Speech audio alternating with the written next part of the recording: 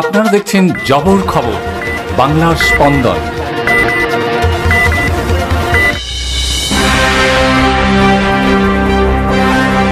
2026-এর নির্বাচনের আগে বাংলায় মোদিজি যতই সভা করুন, বাংলার মানুষ ভুল পথে পা দেবেন না।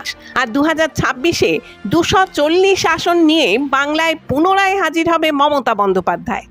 শনিবার হাচিমপুরে 21শে জুলাইয়ের প্রস্তুতি সভায় এসে এমনই মন্তব্য করলেন জয়নগরের বিধায়ক বিশ্বনাথ দাস। তাই বাংলায় এসে যত তারা স্লোগান দিক, বাংলায় এসে যত তারা বক্তব্য রাখুক, বাংলার মানুষ কিন্তু সেটা ভুল পথে পা দেবে না।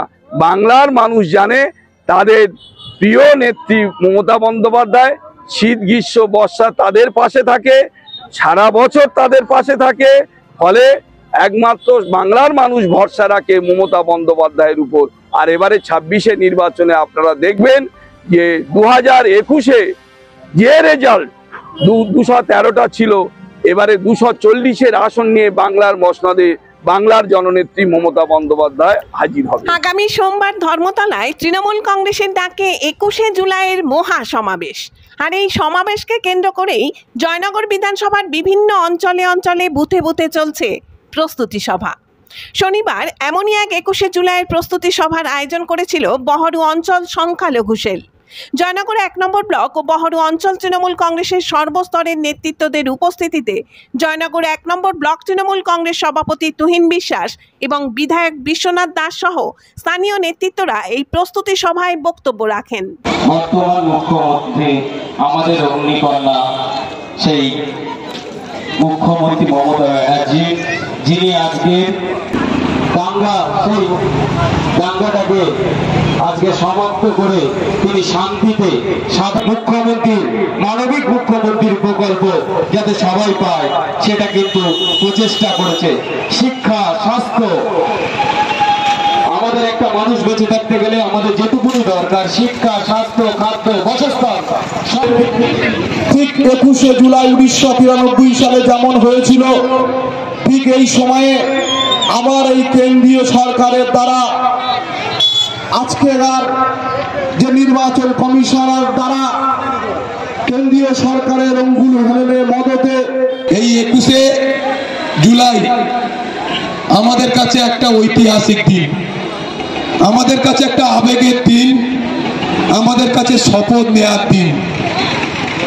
1993 সালের 21শে জুলাই যে নির্মম হত্যাকাণ্ড তৎকালীন সরকার এবং পুলিশ প্রশাসনের সহযোগিতায় এবং সিপিএম এর ক্যাডারদের প্রত্যক্ষ মদতে যে হত্যালীলা পশ্চিম বাংলার কলকাতার রাজপথে ঘটিয়েছিল, তা বাংলার মানুষ, পরবর্তীকালে ভারতবর্ষের মানুষ উপলব্ধি করেছিলেন।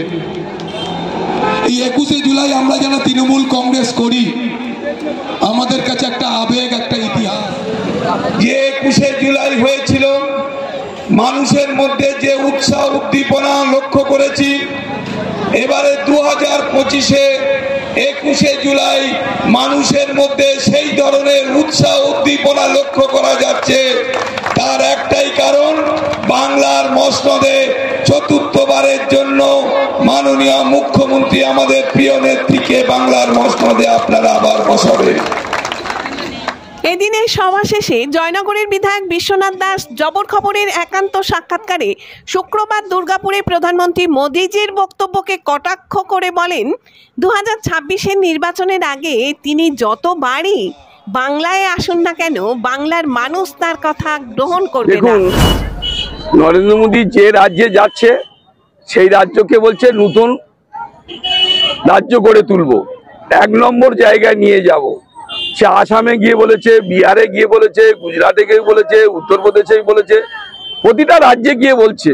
ফলে এই যে স্লোগানটা, এই স্লোগানটা বাংলার মানুষ আর কেউ গ্রহণ করছে না। আর মোদিজির যে গ্যারান্টি, সেই গ্যারান্টি 14 সাল থেকে বাংলার যুব সমাজ, বাংলার মানুষ তারা দেখেছে, উপলব্ধি করেছে মোদিজির বক্তব্য কি ছিল, বাস্তবে কি রূপান্তরিত করেছে, কতটা মানুষ ক্ষতিগ্রস্ত হয়েছে, নোটবন্দি থেকে শুরু করে জিএসটি থেকে শুরু করে সাধারণ মানুষ কিভাবে ক্ষতিগ্রস্ত হয়েছে এই সরকারের পিরিয়ডে, সেটা বাংলার মানুষ উপলব্ধি করেছেন।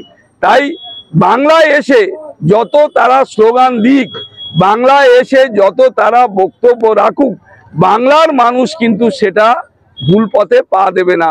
বাংলার মানুষ জানে তাদের প্রিয় নেত্রী মমতা বন্দ্যোপাধ্যায় শীত গ্রীষ্ম বর্ষা তাদের পাশে থাকে, সারা বছর তাদের পাশে থাকে।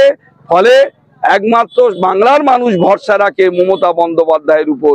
আর এবারে 26-এ নির্বাচনে আপনারা দেখবেন যে 2021-এ যে রেজাল্ট 213টা ছিল, এবারে 240-এর আসন নিয়ে বাংলার মসনদে বাংলার জননেত্রী মমতা বন্দ্যোপাধ্যায় হাজির হবে।